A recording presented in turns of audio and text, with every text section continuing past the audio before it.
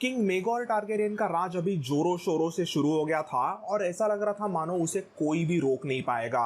But जब मेगोर King's Landing में अपने दोनों बीवियों के साथ में मजे कर रहा था, तब एगोन और राइना कैसरली रॉक पर छुपे हुए थे और वो किंग मेगोर की बजाने की प्लानिंग कर रहे थे। तो दोस्तों, आगे बढ़ने से पहले मैं यहाँ पे बता दूं कि मैंने चैप्टर 11 में एक छोटी मिस्टेक की थी और एक चीज मैं आपको बताना ही भूल गया था। सो एक्चुअली गाइज, मैंने आपको बताया कि किंग एनिस ने अपने बड़े बेटी राइना और प्रिंस एगोन को रॉयल प्रोग्रेस में भेज दिया है। फिर राइना और एगोन को फेड मिलिटेंट ने क्रेक हॉल के कैसल में घेर लिया था और इसी न्यूज के सदमे के वजह से किंग एनिस शॉक से मर गया।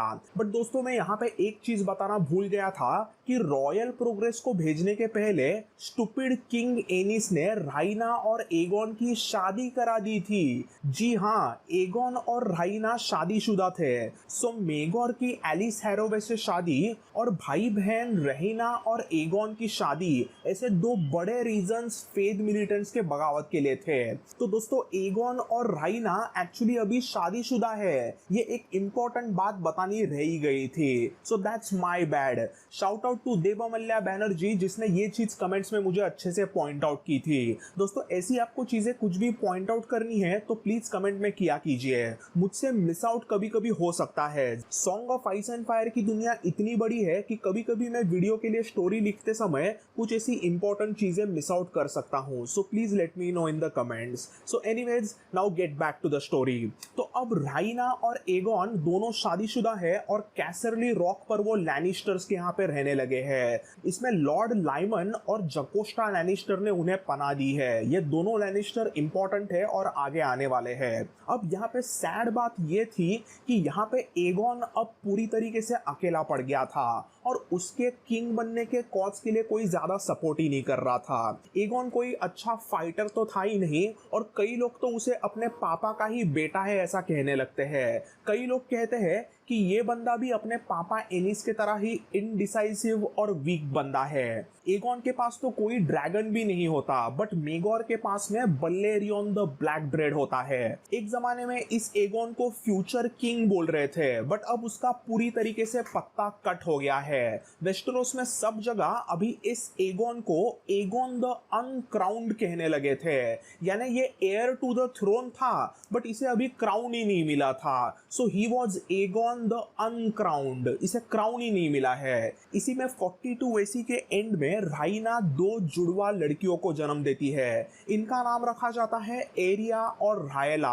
ये दोनों क्यूट एरिया और रायला एकदम आइडेंटिकल ट्विंस होती है, वो दोनों एकदम एक जैसी लगती है। राइना माँ बनते ही एगोन को कहती है कि चलो हम बियॉन्ड द नैरो सी भाग जाते हैं, बट यहाँ पे स्टूपिड एगोन द अनक्राउंड नहीं मानता। उसे उसका हक आयरन थ्रोन चाहिए था, उसे मेगोर को मारना था और वो वैसी प्लानिंग शुरू करता है और बेचारे उसके वाइफ राइना को उसे सपोर्ट करना पड़ता है। किंग्स लैंडिंग में मेगोर ने फेद मिलिटेंट्स को खत्म कर दिया था, बट वेस्टरोस में अभी भी फेद मिलिटेंट की बगावत शुरू थी। ट्राइडेंट और एरिन के वादियों में पुअर फेलोज ने हंगामा करके रखा था और कोई भी ज्यादा सुरक्षित नहीं था। इसी में हाई सेप्टन ने जान लिया था कि फेद मिलिटेंट को और अच्छा बनाने के लिए उन्हें एक तगड़े वॉरियर की जरूरत है और इसीलिए उन्होंने the red dog of the hills sir Geoffrey Doggett को वॉरियर सन्स का लॉर्ड कमांडर बनाया। यह सर जॉफ्री डॉगेट वेस्टरोस का one of the most badass fighter माना जाता है और ये जब ओल्ड टाउन में आता है तब उसे देखने के लिए हजारों की भीड़ जम गई थी। ये सर जॉफ्री का मकसद अभी बस एक था, एंड दैट इज किंग मेगोर की तबाही। Mistress of whisperer Tiana of pentose को उसके सीक्रेट नेटवर्क से यह पता चल जाता है कि कैसे ओल्ड टाउन में मेगोर के खिलाफ अभी साजिश शुरू हो गई है और किंग्स लैंडिंग पे कभी भी अटैक हो सकता है। टियाना इस ओल्ड टाउन में चले हाई सेप्टन के साजिश को मेगोर को अच्छे से बताती है। ये सब सुनकर मेगोर सोचता है कि इन फेद मिलिटेंट के हजारों लोगों को जिंदा जलाने पे भी ये साले सुधरे नहीं है, तो मैं इनको वापस सबक सिखाऊंगा। वेस्टरोस के कौन से रीजन से सबसे से ज्यादा लोग फेथ मिलिटेंट में घुस रहे हैं ये मेगोर को बराबर से पता लगने लग गया। मेगोर बलेरियन पे बैठता है और वो ऐसे सभी छोटे छोटे हाउसेस के कैसल को और गांवों को खचाखच जलाना शुरू करता है। लिटरली हर दिन मेगोर कुछ 300-400 लोगों को जिंदा जलाने लगता है। इस मेगोर के भयानक अग्नि तांडव की सबसे सैड बात तो ये होती है कि जाबाज सर जॉफ्री डॉगेट के पूरे परिवार को जिंदा जलाया जाता है। ये सुनकर तो सर जॉफ्री बेचारे ओल्ड टाउन में रो ही देते हैं और वो वहां से बाहर निकलते हैं ताकि वो मेगोर को खुद मार सके। ऑलमोस्ट 1 महीने तक रीच और वेस्टरलैंड्स के इलाके में आग बरसाने के बाद में मेगोर का अगला निशाना था ऑब्वियसली ओल्ड टाउन। बहुत हुआ लुपा छुपी का गेम। अब किंग मेगोर का प्लान था कि सीधा स्टारी सेप्ट में जाओ और ओल्ड टाउन के उस हाई सेप्टन को खत्म कर डालो। बलेरियन अब ओल्ड टाउन आएगा इसके डर से कई सारे लोग ओल्ड टाउन से भाग जाते हैं। कुछ लोग मस्त ओल्ड टाउन में रात भर पार्टी करते हैं क्योंकि अगले दिन मेगोर आके उन्हें जलाने ही वाला है। सो क्यों ना आज की रात अय्याशी की जाए। कई सारे लोग ओल्ड टाउन के अलग अलग छोटे सेप्ट्स में जमा होते हैं और प्रार्थना करने लगते हैं कि भगवानों मुझे बचाओ। ओल्ड टाउन के सभी मेस्टर सिटाडेल के बड़े हॉल में जमा हो जाते हैं। ओल्ड टाउन की रक्षा करने की जिम्मेदारी हाउस हाईटॉवर की थी और लॉर्ड मैनफ्रेड हाईटॉवर का छोटा बेटा मार्टिन हाईटॉवर पूरे हाईटॉवर आर्मी का और सिटी वॉच का कमांडर था। ये मार्टिन एक्चुअली सरीस हाईटॉवर का छोटा भाई है। सो ओल्ड टाउन के गेट्स पर हाईटॉवर के वॉरियर्स और फेथ मिलिटेंट को तैनात किया जाता है। पूरे ओल्ड टाउन में सब जगह भर भर के रेती भी रखी जाती है ताकि ड्रैगन के आग को क्विकली बुझाया जाए। सर मॉर्गन ने डॉन से कुछ स्कॉर्पियन वेपन भी लाए थे। ये वही वेपन थे जिसने रेनिस के ड्रैगन मेराक्सिस को मार गिराया था। इसी के साथ साथ कुल मिला के 1000 से ज्यादा क्रॉसबो मैन और स्पीयर थ्रोअर्स रेडी थे। स्टारी सेप्ट के बाहर भी वॉरियर सन्स का एक बड़ा कवच था। अब अगले दिन सुबह होने वाला है भयानक ओल्ड टाउन का वॉर जिसका सभी को अभी इंतजार था।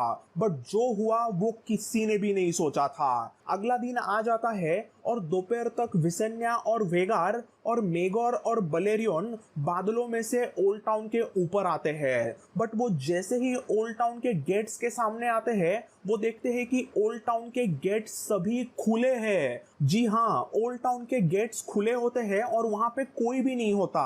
रातों रात हाई टॉवर्स और फेथ मिलिटेंट्स की आर्मी गायब हुई रहती है और विसेन्या वो देख के शॉक्ड हो जाती है। अभी थोड़े से बुढ़े हुए विसेन्या को तो लगता है कि ये कोई भयानक साजिश हो सकती है, इसीलिए वो मेगोर को थोड़ा और ऊंचा उड़ने के लिए कहती है और वो खुद ओल्ड टाउन का सर्वे करने निकलती है। उसे दिखता है कि ओल्ड टाउन में हाउस टायरेल, हाउस हाईटॉवर और सरप्राइजिंगली हाउस टारगेरियन के वहां पे झंडे लहराते होते हैं। इवेंचुअली मेगोर भी बलेरियन पे बैठ के ओल्ड टाउन में उतरता है और उसे एक शॉकिंग न्यूज पता चलती है। वो दोनों आने के बस कुछ ही घंटे पहले हाई सेप्टन मर गया होता है और बस तभी हाउस हाईटॉवर ओल्ड टाउन को सरेंडर करने का डिसीजन लेता है और उन्हें हाउस टायरेल भी सपोर्ट करता है। सो आखिर ये हाई सेप्टन कैसे मरा, ये चीज भी song of ice and fire के दुनिया की एक one of the biggest mysteries में से एक है। क्या उसे उसके फेथ मिलिटेंट ने ही मारा? क्या सिटाडेल के मेस्टर्स ने उसका गेम खेला या फिर उसे हाउस टायरेल और हाउस हाईटॉवर ने मिलके खत्म कर दिया?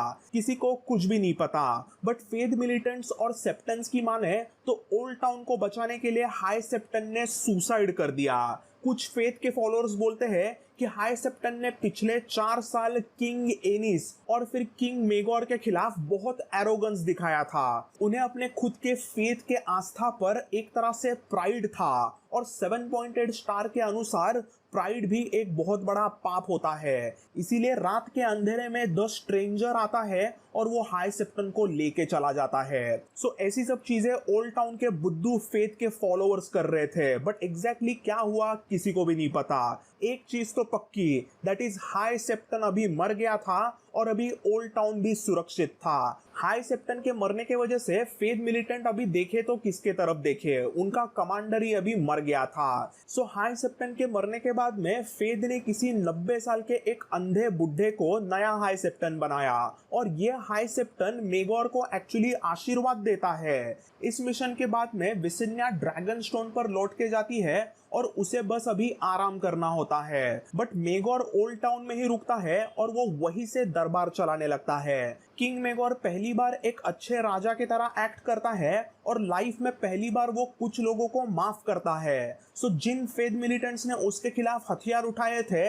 वो उन्हें एक्चुअली माफ करके वॉल पे भेजता है। इसी में नया बुढ़ा हाई सेप्टन बोलता है कि अब से हम फेद वाले सिर्फ हमारे 7 भगवानों की भक्ति करेंगे, उनकी पूजा करेंगे, हमें आर्मी की अब से कोई जरूरत नहीं है, क्योंकि आयरन थ्रोन पे बैठने वाले अच्छे राजा किंग मेगोर हमारी हमेशा रक्षा करेंगे। ये सुन के ऑब्वियसली मेगोर बहुत खुश हो जाता है, बट कई सारे वॉरियर सन्स को अभी भी गुस्सा आया होता है, क्योंकि कई लोग आज भी उनके कमांडर सर जॉफ्री डॉगेट के फॉलोअर्स थे और उन्हें कुछ भी करके मेगोर से बदला चाहिए था। ये फेद मिलिटेंट्स नहीं चाहते थे कि टारगेरियंस उन पे राज करे, क्योंकि वो बहुत ही बड़े अबॉमिनेशंस है। बट कुछ टाइम के लिए माहौल ठंडा रहता है। ओल्ड टाउन में रहते मेगोर और उसके पहली पत्नी सेरिस का भी एक रियूनियन होता है। फाइनली मेगोर और सेरिस के बीच में वापस नजदीकियां बढ़ने लगती है। किंग मेगोर 7 गॉड्स के सामने सेरिस को सम्मान देने का वादा करता है और सेरिस को क्वीन का टाइटल वापस दिया जाता है और मेगोर कहता है कि रेड कीप का सबसे बड़ा कमरा सेरिस को ही मिलेगा, क्योंकि वो सीनियर है और वो उसकी बहुत रिस्पेक्ट करता है। सो 43 एसी में मेगोर खुश था और उसका स्टे ऐसे ही ओल्ड टाउन में और कुछ दिनों के लिए था। वो बस किंग्स लैंडिंग के लिए निकलने ही वाला था कि उसे एक भयानक खबर पता चलती है। सो किंग्स लैंडिंग में बेड़ियों में रखा एनिस का क्विक सिल्वर ड्रैगन और राइना का ड्रीम फायर ड्रैगन अचानक रातों रात गायब हो जाता है। पता नहीं उन्हें किसने छुड़ाया, बट वो दोनों ड्रैगन्स उड़ के कहीं तो चले गए थे।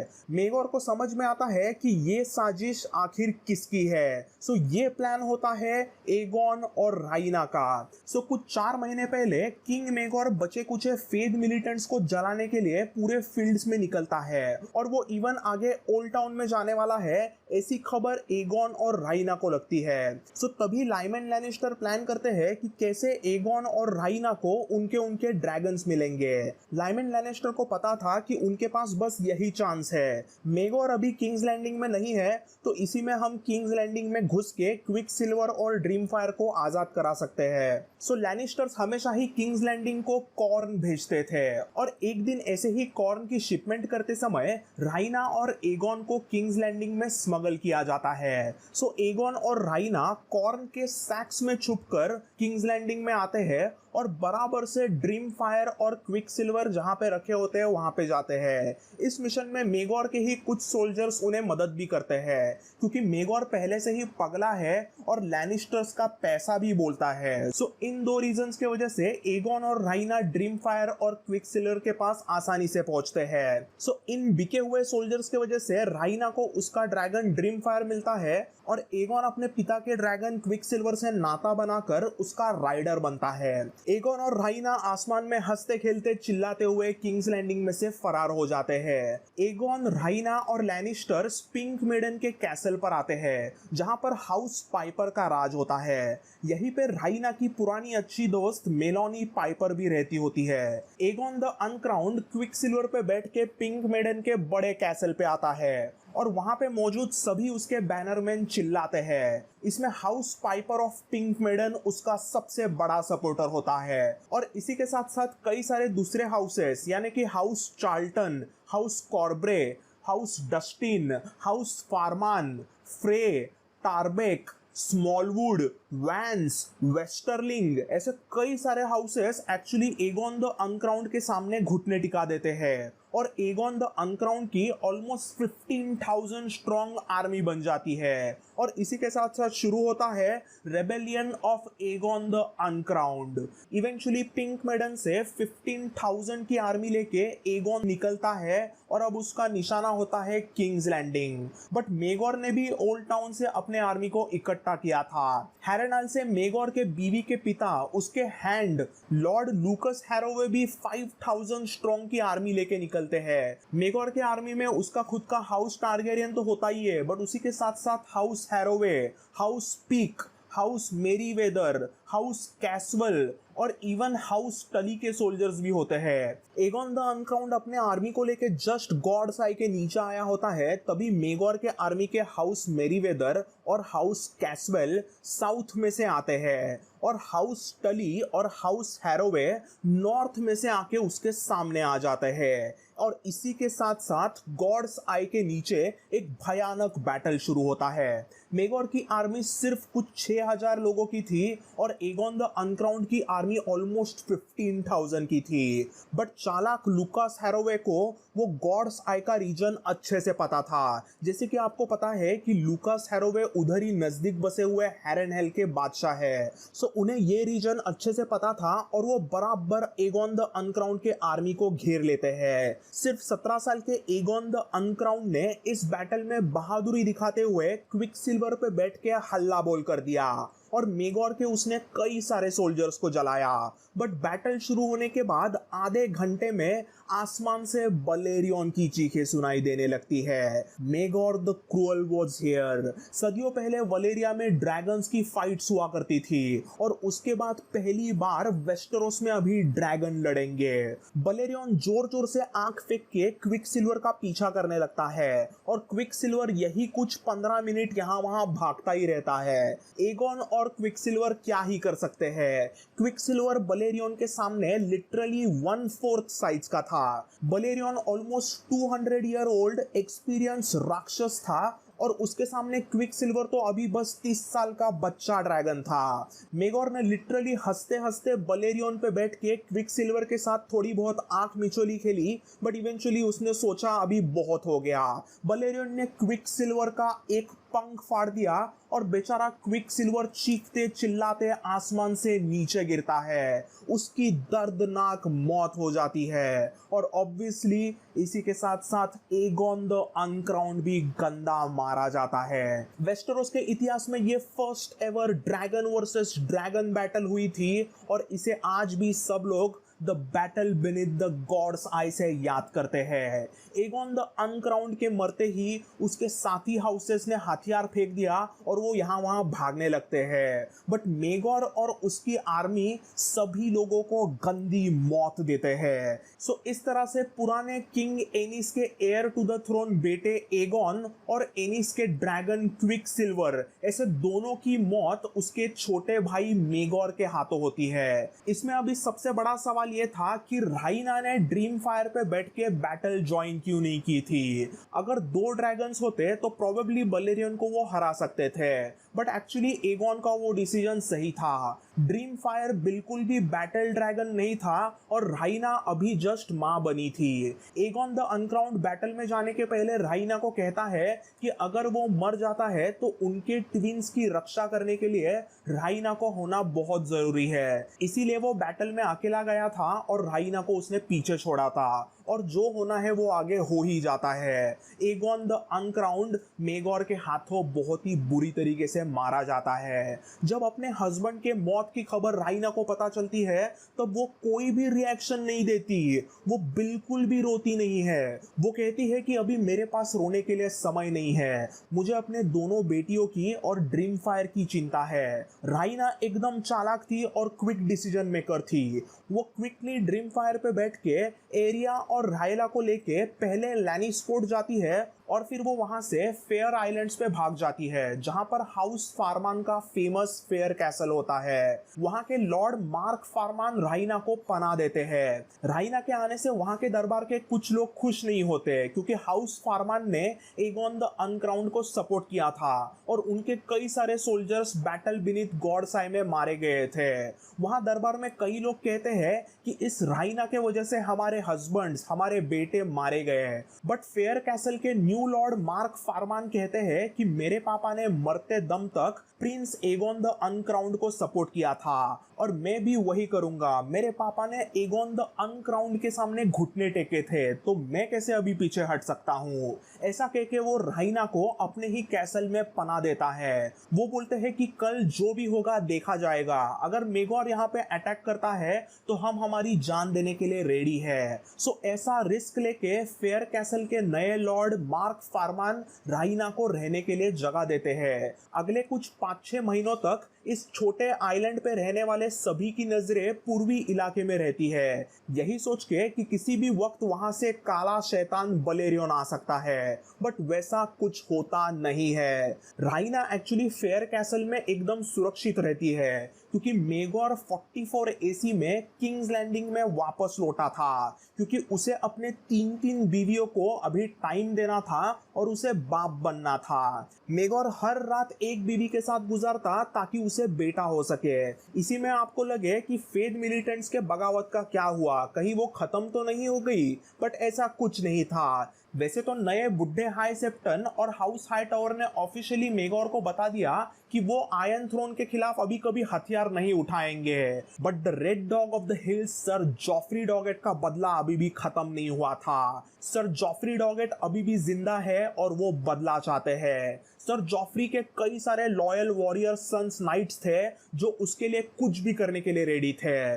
वो आज भी फेद मिलिटेंट के कुछ सबसे एलिट सोल्जर्स में से कुछ सोल्जर्स थे और उन्होंने अब तक घुटने नहीं टेके थे। सर जॉफ्री डॉगेट और उसके फेद मिलिटेंट्स के पास अभी पहले की तरह पावर तो नहीं थी, वो लिटरली अभी इलीगल थे। इसीलिए वो छुप के टारगेरियन लॉयलिस्ट को मारना चालू करते हैं। सबसे पहले तो सर जॉफ्री के वॉरियर सन्स एक दिन सर मॉर्गन हाई टावर का असैसिनेशन कर देते हैं। फिर ऐसे ही उन्होंने एक दिन लॉर्ड पिक को भी मरवाया जिन्होंने किंग मेगोर को बैटल में साथ दिया था। सो इस तरीके से फेद मिलिटेंट का सीक्रेट वॉर तो अभी भी शुरू था। वो अभी भी टारगेरियन से नफरत करते थे। मेगोर ने उनके हजारों लोगों को जिंदा जलाया था तो वो ये सब चीजें कैसे भूलेंगे।